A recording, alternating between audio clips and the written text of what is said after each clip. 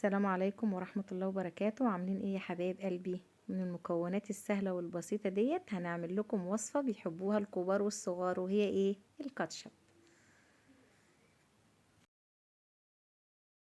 المكونات: كيلو طماطم، فنجان خل، فنجان سكر، معلقتين زيت، معلقتين بابريكا، فصين توم، معلقة ملح صغيرة، قرن فلفل، بطاطساية مبشورة. ونجيب بقى معانا الكبة او الخلاط المتوفر عندك. انا متوفر معايا الكبة.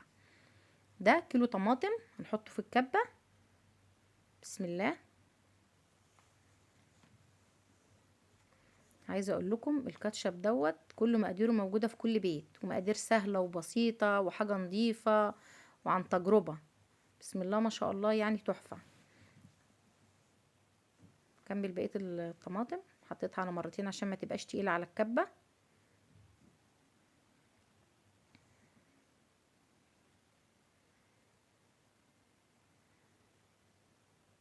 حطينا الثوم والفلفل والبابريكا والملح، معلقه ملح صغيره. نفرم تاني لغايه ما الحاجه دي تبقى ناعمه، القوام يبقى ناعم اهو ما شاء الله.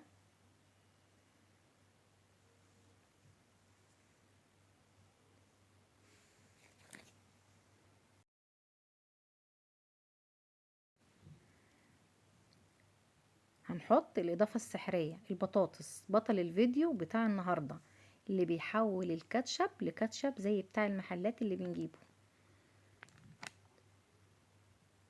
شغل الكبة.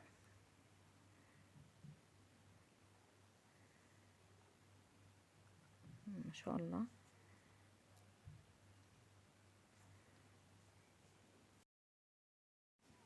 خلطنا الطماطم، القوام بتاعها تقيل اهو ما شاء الله. هنبدأ نصفيها بقى. نجيب مصفى عشان نصفيها، بس تكون مصفى ضيقة.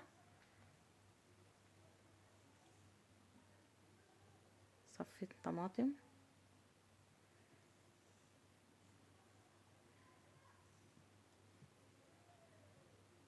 هنجيب بقى طاسة غويطة ونحطها على نار متوسطة، ونحط معلقتين الزيت. الزيت يقدح، نحط عصير الطماطم. قوام الطماطم تقيل وناعم وجميل ازاي.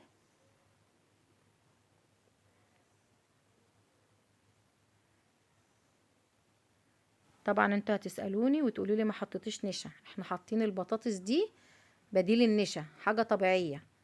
بعد كده هنضيف كوباية السكر، نقلبها.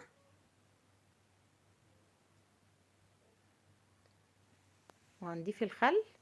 الخل بقى بيدي الكاتشب مزازة زي بتاع المحلات بالظبط، حاجة روعة وعن تجربة ما شاء الله.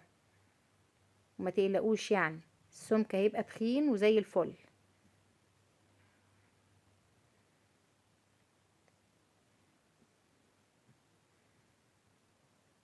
هنغطي عليه بقى ما يغلي، مش هياخد اكتر من ربع ساعة. هنشوف. ما شاء الله، اللهم صل على النبي. القوام تقيل اهو وزي الفل.